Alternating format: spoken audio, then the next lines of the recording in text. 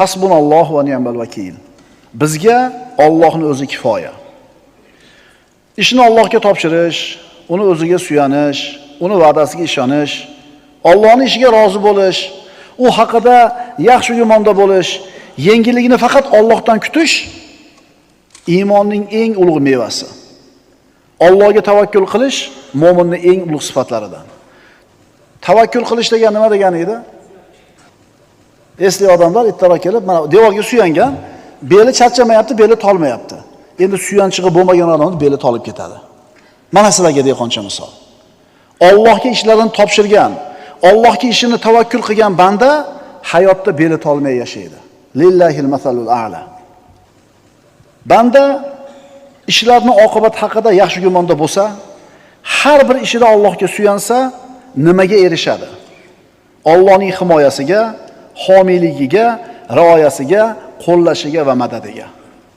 Va man yatawakkal alallohi fa huwa hasbuhu. Kim Allohga suyansa, bu odamning hamma ishi Allohning qo'lida. Ibrohim alayhisalom juda ham katta o'tlarni to'plab gulxan yoqishdi. Ibrohim alayhisalomning oyoq qo'lini bog'lab o'tga uloqtirishdi. Havoda uchib ketyapti.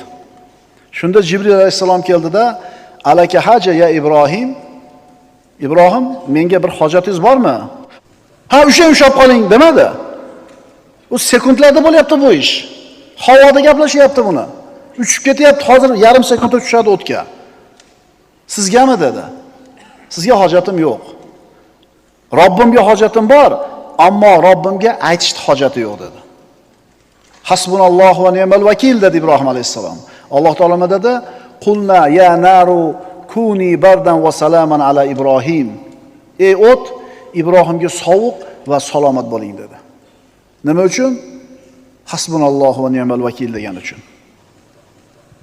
Mushriklar payg'ambarimiz sollallohu alayhi vasallamni va sahobalarni qo'rqitib odam yuborishdi. Katta qo'shin ustinglarga to'planib kelyapti. Bu Uhud g'azotidan keyinlar, 3 kun o'tib. Rasulullohni qo'rqitgani, sahobalarni qo'rqitgan odam yuborganda Rasululloh aytdilar: "Hasbunallohu va ni'mal vakil." Bizga Allohning o'zi kifoya, u vakillikka o'ta loyiqdir. Natija qanaqa bo'ldi? Shu oyatning davomini qarang. Fanqalabu bi ni'mati minallohi va fadl. Bas ana shu yurishdan biron noxushlik yetmay Allohning ne'mati va fazli bilan qaytdilar. Birodar, hasbunallohu va ni'mal vakil deyishni o'rgan. Yuragingdan chiqsin, ishonib turib ayt. Odam bolasi dunyoda yashar ekan, albatta xavotirga, mashaqqatga, vahimaga, qo'rquvga duch keladi. Bularning hammasini oldida sobit turishlikka insonning toqati yetmaydi. Chunki inson ojiz, inson zaif qilib yaratilgan. Va xuliqal insanu zaifa. Inson ojiz qilib yaratilgan. Demak, inson ojiz. Ammo u Robbimizga tavakkul qilsa, Alloh meni qo'llaydi deb iymoni komil bo'lsa, ishini Allohga topshirsa, holi tamomiy yaxshi tomonga o'zgaradi. Kelayotgan qo'rquvlar, hodisalar, voqealar, halokatlar bandani ezib qo'yadi. Shunda unga bitta yo'l qoladi. Hasbiyallohu va ni'mal vakil deydi. Meni hisobim Allohning qo'lida, u naqadar zo'r vakildir. O'zi shunaqa bir musibat tayda qolgan odamni boshqa nima chorasi ham bor? Nima chorasi ham bor? Agar birodar haqiqiy mo'min bo'ladigan bo'lsang, yolg'iz o'ziga suyan. Alloh taolo aytayapti: "Va alallohi fatawakkalu in kuntum mu'minin." Agar sizlar mo'min bo'lsanglar, Allohning o'ziga suyaninglar. Akangizga emas, tanishingizga emas, pulingizga emas, qandaydir kuchliroq aloqalaringizga emas, Allohga suyaning. Agar mo'min bo'lsangiz, shart qo'yapti: "In kuntum mu'minin." Agar mo'min bo'lsanglar. Mana tarixni qarasangiz, Allohga tavakkul qilishlikni misollari to'lib yotibdi. Allohga haqiqiy tavakkul qilganlarda Alloh qanday qo'llaganini qarang. Hojar ona emiziklik Ismoil o'g'li bilan Bakkada qoldi. Ibrohim alayhisalom qo'yib ketdi, Allohga tavakkal deb qoldi. Hasbunallohu va ni'mal vakil dedi Hojar ona. Ojiza ayol, qo'lida emiziklik bolasi, hali Makka shahri yo'q, sahro. Shunday qo'yib ketaverdi. Qolaverdi. Idan lan yuzayyana. Alloh bizni zoya qilmaydi dedi. Nima berdi Alloh taolo Hojar onaga? Zamzamni berdi. Musa alayhissalom onasi, u ham ojiza, zaif ayol. Firavun hukm qilgan, Banu Isroildan tug'ilgan har bitta o'g'il bolani, o'g'il chaqaloqni so'yilsin. Istab yurib, uymi-yur so'yishgan. Qanaqa bir sharoiti bor, qanaqa bir chorasi bor bu ojiza ayolni? Daryoga borib, sevatga solib oqizdi. Hasbunallohu va ni'mal vakil dedi. Nima bo'ldi? Firavunning qasriga borib, Firavunning bolasidek katta bo'ldi. Mana shu Musa alayhissalomni qatl qilishlik uchun chaqlangan qilichlar, pichoqlar, hanjar, nayzalar Musa alayhissalomning himoyasida, xizmatida turdi. Onasini uyiga olib borib keladigan bo'ldi, Firavunning xonadonining bolasi bo'lganligi uchun. Chunki Alloh taologa birodarlar, qiyin narsani o'zi yo'q. Shuning uchun birodar, agar qiylangan bo'lsang hayotda, mashaqqatlar ezib tashlagan bo'lsa, dod devorgin kelayotgan bo'lsa, shu muammodan chiqishni xohlaysanmi? Albatta xohlaysan. Unday bo'ladigan bo'lsa, hamma narsani ishi, hukmi o'zini qo'lida bo'lgan Allohga topshirishingni. Uni o'ziga tavakkul qil. Seni shioring hasbunallohu va ni'mal vakil bo'lsin. Allohni o'zi kifoya bizga, u vakillikka o'ta loyiqdir.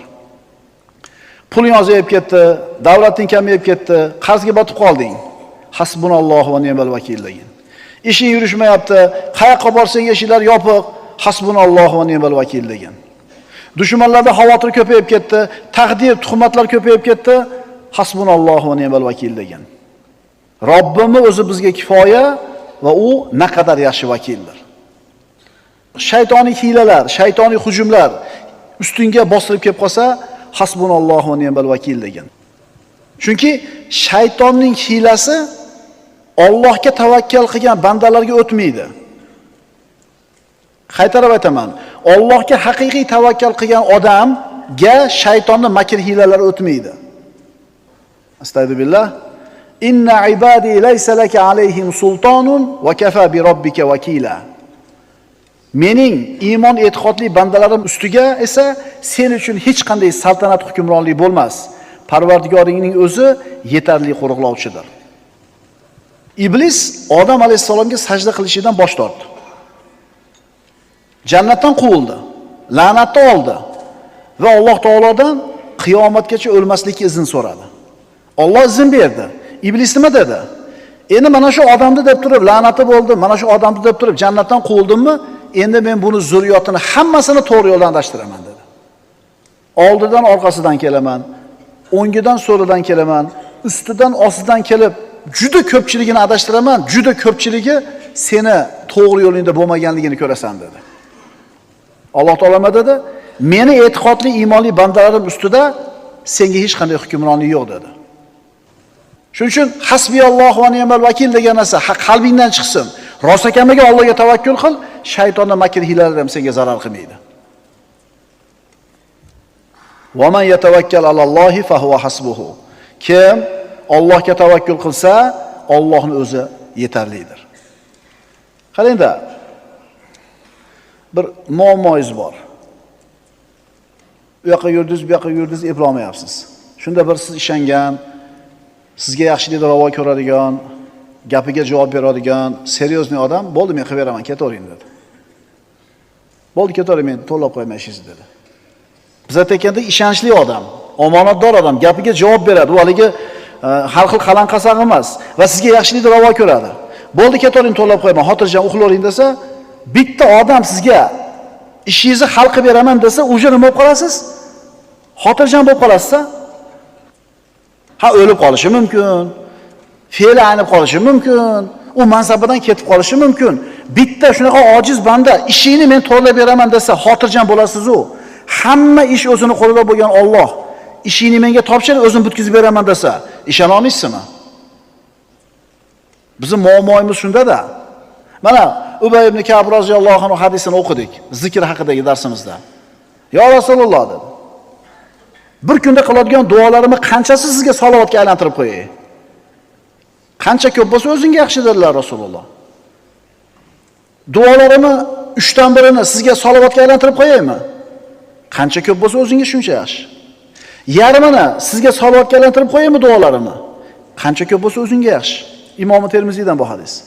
Unday bo'ladigan bo'lsa, hamma duolarim sizga salovatga aylanadi dedi. Faqat sizga salovat aytaman dedi. Rasululloh aytdilar, unday bo'lsa gunohlaring mag'firat qilinib, g'amlaring hal bo'lar ekan-da dedilar. O'sha darsda o'tganimizdan beri salovat tinmasdan aytayotganlar, qo'l ko'tarib qo'yamiz. Bu darsda qatnashganlarda endi. Bir 10 tadan ko'proq odam o'tiradi darsda. Ajlar ishon olmayapti-da qolganlar. Qanday? Salovat aytsanglar problema hal bo'lib ketadimi? Mana masalan hozir ish yurishmayapti. Undan ko'ra bitta ish bergani yaxshi emasmi? Masalan, qarzim bor. To'g'risi salovat aytib o'tirsam, endi seniki ijobat bo'lmaydi. Mana kam deganda 400 ta 500 ta odam masala eshityapti-ku kunda kelib. Qarang, bir 50 ta odam yo'qda, 10 tadan bitta odam qo'l ko'tara olmayapti. Endi ayb kimda ekan? Hayotda osuda, xotirjam, sakinat bilan yashamayotganingizga sabab nima ekan? Ishonmayapsiz, birodar. Qanday? Prosta salovat aytsa hal bo'ladimi? Bilmadim. Unda gunohlaring mag'firat bo'lib, g'amlaring hal bo'lar ekan-da deyaptilar Rasululloh. Tilingiz bekor qoldi, salovat ayting-da. Ayting-da. Ishona olmaysizda. Shuning uchun aytyapmiz, haqiqiy tavakkal qilganga beriladi bu narsa, hammaga emas. Modomiki hayotni beradigan ham, oladigan ham Allohning o'zi ekan. Rizqni berib, man qiladigan ham o'zi ekan. Endi nima uchun boshqalardan qo'rqib, boshqalardan umid qilasan, birodar? Nimaga qo'rqasan birodardan? Ustingga kelayotgan ko'p g'am va tashvishlar, birodar. Anduqlar nima sababdan kelyapti bilasanmi? Sen hech ham o'ylamagansan bu narsani. Gunohlar deysilar, taqvoyimiz yo'qligi deysilar, namozga beparorligimiz deysilar, lekin bu narsani bilmaysizlar. Nimaga shu muammolar kelyapti bilasizmi? O'zingga o'xshagan odamdan umid qilishliging, o'zingga o'xshagan bandaga suyanishliging, unga laganbardorlik, unga tilg'onamalik qilishliging. Shu sababdan ustingga musibatlar keladi. Odamga suyanganligi uchun problema keladi ustingga. Bunaqa qilma birodar. Chunki u sen umid qilib, undan yaxshiligini umid qilib, undan foyda kelishini umid qilib, unga sen laganbardorlik qilayotgan odam ham senga o'xshagan odam. U ham ojiz banda. Shuning uchun Allohni o'zidan umid qil, faqat Allohni o'ziga suyan. Shunda ko'p muammolardan qutulasan. Psixologik muammolardan, ta'madan, laganbardorlikdan, patqalimlikdan va nimadan? Puldor odam kasal ikki bo'kilib turadi. Pisand qilmaydi senda qani. Sen Allohdan kutgunda, senga mansabdormi, puldormi bir xil bo'ladi. Tekkiz muomala qilasan. Qimmat mashinada, qimmat kiyim bilan kirib kelsa, qimmat telefon bilan. U savdo qilsa, qilmasa qulluq qilasiz, aka keling deysiz. Prosta ko'rib chiqib ketadi. Endi bunday qo'li kaltaroq, yupurroq odam kelib turib, sizga palon pulli savdo qilsa ham bunday turasiz sizning oldida. Yana bir muhim narsa, inson bir narsaga erishishligi uchun sabablarni qilish kerak. Sen maqsadingga yetishligi uchun ikkita sabab kerak senga. Bittasi asliy sabab, bittasi tayin qilingan sabab. Asliy sabab, tayin qilingan sabab. Asliy sabab bu Allohning xohishi. Tayin qilingan sabab sen qilishing kerak bo'lgan ishlar. Shu ikkalasi bo'lsa, seni maqsading ro'yobga chiqadi. Qog'ozni kuyishiga olov sabab. Ko'katni o'sishiga suv sabab. Qon oqishiga pichoq sabab. Kunni isishiga oftob sabab. Bular bor yo'g'i sabab. Qaranglar. Olov, suv, pichoq, oftob sabab. Bular biz xohlayotgan ishni qilib bera olmaydi. Balki u narsani Allohning xohishi beradi. Dalil. Ibrohim alayhisalomni yoqib yuborishligi uchun mushriklar katta gulxan yoqishdi. Sabab bor. Oyoq qo'lini bog'lab otishdi. Sabab bor. O'tga tushdi. Kuydimi? Demak, o't kuydirmas ekanda, Allohning xohishi kuydirar ekan. O't bor yo'q nima ekan? Sabab ekan. Ibrohim alayhisalom o'zini o'g'li Ismoil alayhisalomni qurbonlikka yotkizdi. Oyoq qo'lini bayladi, yuzini yerga tegizdi, tomog'iga pichoqni qo'ydi, tortdi. Ismoil alayhisalom so'yilishi uchun hamma ish qilindi. Pichoq kesdimi? Demak, pichoq kesmaydi ekan. Allohning xohishi kesar ekan. Pichoq bor yo'q nima ekan?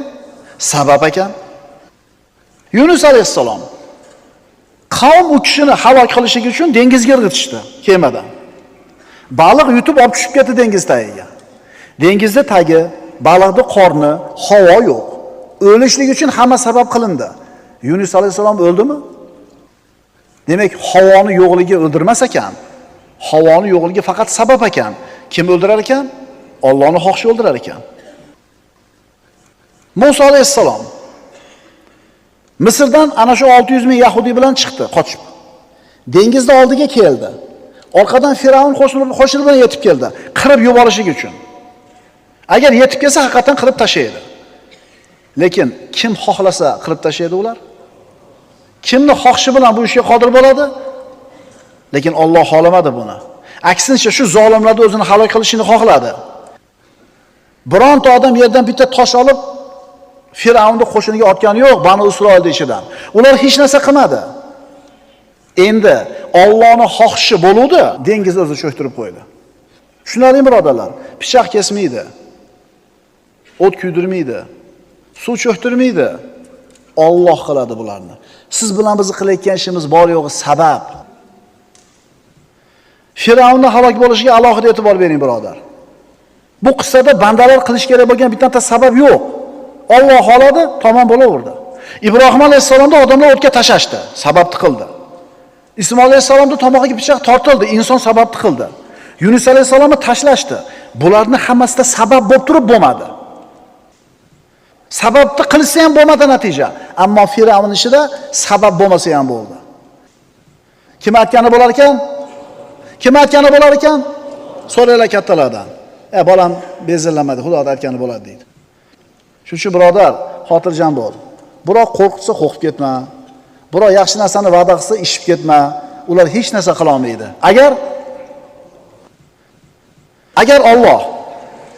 Agar Alloh bir ishni xohlasa, sababni ham kerak yo'q ekanmi?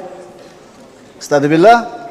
Innama amruhu iza arada shay'an an yaqulu lahu kun fayakun. Alloh bir ishni xohlasa, bo'lishini. Shu ishga bo'l deydi, bo'ladi. Sabab ham kerak emas. O'shuning uchun Allohdan qolmang birodar. Allohga tavakkul qiling. Qoida. Bandani saodatga yetaklaydigan eng katta narsa, eng katta sabab Allohga tavakkul qilish. Suyanish, uni himoyasi bilan chegaralanish. Binobarin, birodar, Allohga suyanishing, Allohga tavakkul qilishing qanchalar kuchli, quvvatli bo'lsa, seni saodating ham shunga yarasha bo'ladi. Agar Allohga suyanishni bilmasang, Alloh bilan himoyalanishni bilmasang, shunga yarasha baxtsiz yashayverasan. Chunki Alloh taolo aytadi, astagfiru billah, ala inna awliya Allohi la xawfun alayhim va la hum yahzanun. Xoliq subhanahu va taolo aytayapti. Siz bilan biz yaratgan zot aytayapti. Bizni nima baxtsiz qilish, nima baxtsiz qilmasligini biladigan zot aytayaptiki, ogoh bo'linglar. Ogoh bo'linglar. Albatta Allohning do'stlariga biron xavf va xatar yo'qdir va ular g'amgin bo'lmaslar. Inson Allohning do'sti bo'lsa, tavakkul qilib turib, unga g'am, qayg'u bo'lmaydi dunyoda. Qo'rqma birodar. O't kuydirmaydi, pichoq kesmaydi, suv cho'ktirmaydi. Agar buni Alloh xolamagan bo'lsa. Shuning uchun biroq qo'rqsa, ishingni olib qo'yaman desa, do'koningni yopib tashlayman desa, va desa, qo'lingdan kelgan sabablarni qilginu, hasbunallohu va ni'mal vakilda. Xotirjam bo'l. Bu yoq nima bo'ladi? Allohning aytgani bo'ladi. Birov senga foyda keltira olmaydi agar Alloh xolamasa. Birov senga zarar yetkaza olmaydi agar Alloh xolamasa. Shuning uchun seni yuragini siqadigan bir xavotirli xabar kelsa, seni qo'rqitadigan bir so'z kelgan bo'lsa, hasbunallohu va ni'mal vakil degan. Payg'ambarimiz sollallohu alayhi vasallam Abdulloh ibn Abbosni o'zining ulovlariga yutqaztirib olib, yosh bola ekan, bir qancha narsalarni o'rgatdilar. Ya g'ulam, inni uallimuka kalimat. Ey bola, men senga bir qancha so'zlarni o'rgataman. Allohning haqlarini saqlagin, Alloh seni saqlaydi. Alloh aytganda qabul, Alloh saqlaydi. Allohning haqlarini saqlagin, uni doim qarshingda topasan. Qachon muammoing bo'lsa Alloh hal qilib beradi. Agar so'rasang, Allohdan so'ra, ko'mak tilasang, Allohdan tila va bilginki, butun ummat senga biron bir foyda yetkazish uchun jamlansa, ular senga faqatgina Alloh yozgan foydani keltira oladi. Butun ummat. Agar butun ummat senga zarar yetkazishlik maqsadida to'plansa, ular Alloh yozganidan oshiqcha zarar yetkaza olmaydi. Chunki seni ustingga keladigan yaxshi yomon kunni yozgan qalam ko'tarildi, sahifalar quridi, ish bitdi. Abu Bakr Siddiq Rasululloh sallallohu alayhi vasallam bilan hijrat qilib, Savr g'orida o'tirishar edi. Rivoyatlarga qarasak, o'rgimchak to'r solib qo'ydi. Bir kaptar kelib yotib oldi shu yerga. Mushriklar o'shagacha chiqishdi. Qarang, bironta sababni foyda qilmadi. Rasululloh hijrati uchun 10 ga yaqin sababni qildilar. Shimolga qaramay yurmasdan janubga qarab yurdilar. Kechasi chiqdilar, qo'ylarning izlari bilan tuyanisini yopishdi, g'orga kirib 3 kun o'tirishdi. Hamma sababni qildilar, ammo bu sabablarning bittasi foyda qilmadi. Quraysh baribir topib chiqdi shu yerga. Chiqishdi, Abu Bakr Siddiq va Rasululloh sollallohu alayhi vasallam ularning oyog'ini ko'rib turishibdi. Shunda Abu Bakr Siddiq yig'iladi. Nima yig'layapsiz, Abu Bakr? Ya Rasululloh, agar hozir oyog'ini tagiga qarasa ko'rib qolardi dedi. Robbisini va'dasiga tamomiy iymoni komil bo'lgan Muhammad sallallohu alayhi vasallam, haqiqiy tavakkulchilarning ustozi bo'lgan Muhammad alayhisalom, "Ya Abu Bakr, ma zannuka bi ithnayn, Allohu salisuhuma" dedi. Uchinchi she'riga Alloh bo'lgan ikkita odam haqida qanaqa gumondasiz dedi. O'rgimchakda to'ri to'sdimi? Dunyodagi eng nafis parda shumi? Eng nafis to'siq shumi? Alloh xolodi shu o'rgimchakda to'ri sabab bo'ldi. Ammo payg'ambarimiz qilgan hech qaysi sababi foyda qilmadi. Shuning uchun birodar, seni sababing maqsadingga yetkazmaydi. Allohning xohishi yetkazadi. Allohning xohishi qachon bo'ladi senga foydasi? Hasbunallohu va ni'mal vakil desang. Qarang, shu yerda bitta sabab qoluvdi. Rasulullohga va Abu Bakr Siddiqqa bitta sabab qoluvdi. Qaysi sababni qilish kerak edi ular? Oxirgi sabab edi. Nima edi? Allohning va'dasiga ishonib jim o'tirish edi. Oxirgi sababni ham qildi, Alloh taolo saqladi. G'orda oldan qaytib ketishdi. Shuning uchun birodar, hamma hisob-kitobni qilasan. Svet o'chib qolsa dvijok, mikrofon ishlamay qolsa manavi, ona qori kelmay qolsa manavi, hamma sabablarni qilding, bar bo'lmadimi? Endi nima deyishing kerak? Nima deyish kerak shunda? Alloh shuni taqdir qilgan ekan, bo'ldi. Biz sababini nima qildik? Xotirjamisiz? Haqiqiy tavakkalchi qanaqa bo'ladi? Mana endi shu savolni so'raylik o'zimizdan. Men har safar hasbiyallohu va ni'mal vakil, hasbunallohu va ni'mal vakil deyapman, Allohga tavakkal deyapman. Men haqiqiy tavakkulchimanmi? Haqiqiy tavakkalchi inson qanaqa bo'ladi? Sababni puxta qiladi. Xuddi tavakkal qilishni bilmaydigan odamdaqa faqat sababni qiladi. Keyin sabablarni zo'r qilib qo'ygandan keyin sabab qilmagan odamdaqa Alloh o'zingga topshirdim deydi. Haqiqiy tavakkulchi qanaqa bo'ladi? Sababni zo'r qildi. Keyin sababni qilmaganda Allohga tavakkal dedi. Endi undan keyin qanaqa ish bo'lsa ham endi u rozi. Shu odam haqiqiy tavakkulchi. Hamma sababini qildimi domla? Tavakkalni ham qildimi domla? Bar bo'lmadi-yu. Sen tavakkalchi emas ekansan. Chunki haqiqiy tavakkulchi qanaqa natija bo'lsa ham undan rozi bo'ladi. Endi so'rayinchi o'zingizdan, siz haqiqiy tavakkulchi ekansizmi? Shuning uchun ulamolar aytishadi, tavakkul 3 xil bo'ladi. Birinchisi shikoyat qilmaslik. Ikkinchisi rozilik, uchinchisi muhabbat. Birinchisi shikoyat qilmaslik. Bu sabr darajasi deyiladi. Zohid insonlar sabr qiladi, shikoyat qilmaydi. Ikkinchisi rozilik. Bu Allohning taqsimiga, Allohning bergan kuniga rozilik. Bu sodiqlarning tavakkuli. Uchinchisi muhabbat. Allohning qilgan ishini yaxshi ko'rish, garchi sizga yoqmaydigan ish bo'lsa ham. Bu anbiyolarning tavakkuli.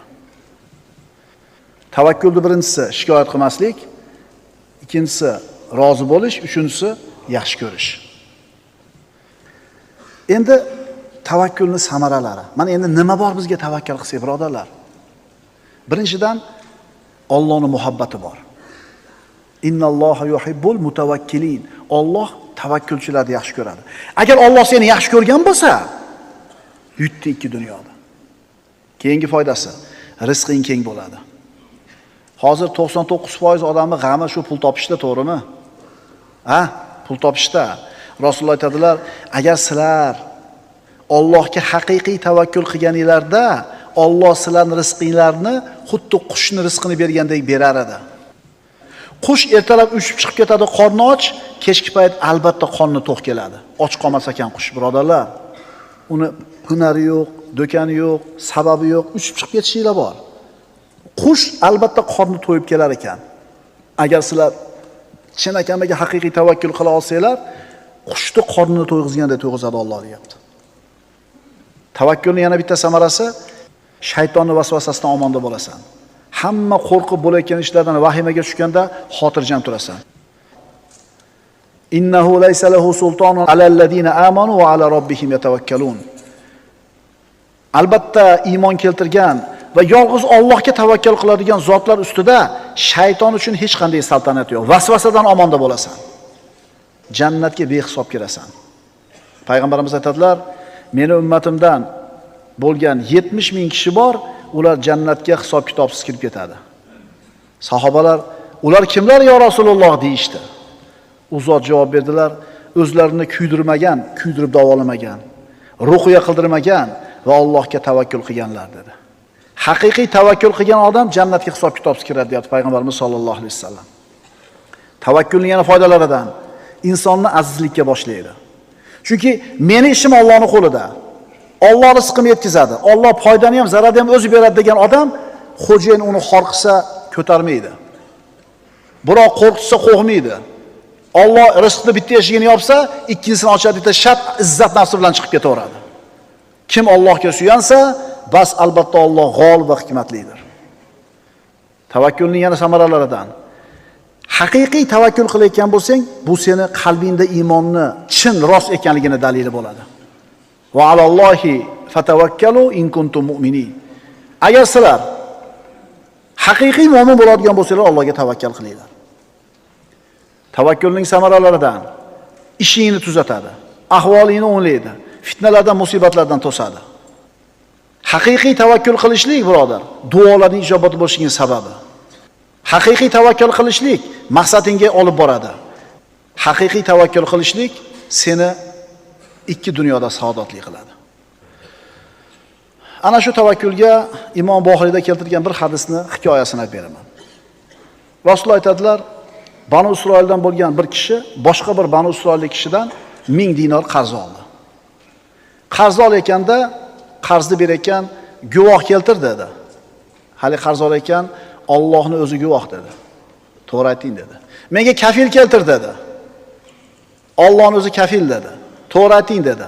Ma'lum vaqtda berishlikka 1000 dinorni qarz qilib berdi. Haligi odam molni oldi, dengizga o'tirib ketdi. Tijorati bilan. Pul berish kerak bo'lgan vaqt kelgan paytda 1000 dinorni oldida dengizni bo'yiga keldi. Boyaga odam tomonga ketadigan kema bo'lsa berib yuboraman deb. Lekin kema bo'lmadi. Shunda nima qildi? Bir katta yog'ochni oldi, ichini o'ydi, dinorlarni soldi, yamadi, dengizga uloqtirdi. Nima dedi? Parvardigor, o'zing bilasan, palonchidan 1000 dinorni qarz olganman. Kafil keltir deganida seni kafil deganman. Seni kafilligingga rozi bo'ldi. Guvoh keltir dedi. Allohning guvohligi yetadi dedim, unga ham rozi bo'ldi. Men pulni jo'natgani kema qidirdim, ammo topmadim. Mana endi mana yog'ochning ichidagi pul senga omonat. Dedi, dengizga tashlab qaytib ketdi. Allohga o'ziga tavakkal qildi, 1000 dinorni yog'ochga solib dengizga tashlab yubordi. Va'dalashilgan vaqt keldi, haligi pulni bergan haqdor dengizni bo'yiga chiqib turibdi, kelishini kutib. Kema yo'q, bir payt g'o'la sohilga chiqib qoldi. Haligini ko'rdida, ha o'tin bo'lar, yaqarmada olib borib turib, yorug'ning ichidan tillash chiqdi, haligi odamga yozgan maktubi ham chiqdi. Endi nariga odam keyinroq yana boshqa 1000 dinorni olib turib, qarzni to'lagani keldida uchradi haligi odamga. Men sizga vaqtida haqingizni beraman deb kema istab chiquvdim, bo'lmadi. Mana endi ko'tarib keldim deganda, seni yuborgan omonatingni Alloh yetkazdi menga dedi. Haligi 1000 dinorni olib, qo'lidagi bilan qaytib ketaverdi. Yog'ochning ichida omonati keldi. Nima uchun keldi? Nima qiluvdi? Bandani saodatga yetaklaydigan eng katta narsa, eng katta sabab Allohga tavakkul qilish. Unga suyanish, uni himoyasi bilan chegaralanish. Binobarin Allohga suyanishi va tavakkul qilishi qanchalar quvvatli bo'lsa, bandaning saodati ham shunga yarasha bo'ladi. Ala inna awliya Allohi la xawfun alayhim va lahum yahzanun. Ogoh bo'lingiz kim? Albatta Allohning do'stlariga biron xavf va xatar yo'qdir va ular g'amgin bo'lmaslar. Dunyoda g'amgin bo'lmaysan, birodar. Dunyoda mahzun bo'lib yashamaysan, o'kinmaysan, g'amgin bo'lmaysan agar Allohga haqiqiy tavakkul qilsang. Qo'rqma, birodar. O't kuydirmaydi, pichoq kesmaydi, suv cho'ktirmaydi. Agar buni Alloh xohlamasa. Biroq qo'rqitsa, ishingni olib qo'yaman desa, do'koningni olib tashlayman desa, bularga parvo qilma. Qo'lingdan kelgan sababni qilginda hasbunallohu va ni'mal vakil degan. Bu yo'q nima bo'ladi? Alloh aytgani bo'ladi. Biroq senga foyda keltira olmaydi agar Alloh xohlamasa. Biroq senga zarar keltira olmaydi agar Alloh xohlamasa. Shuning uchun sen ustingga qo'rquv xavotir kelsa, hasbunallohu va ni'mal vakil degan.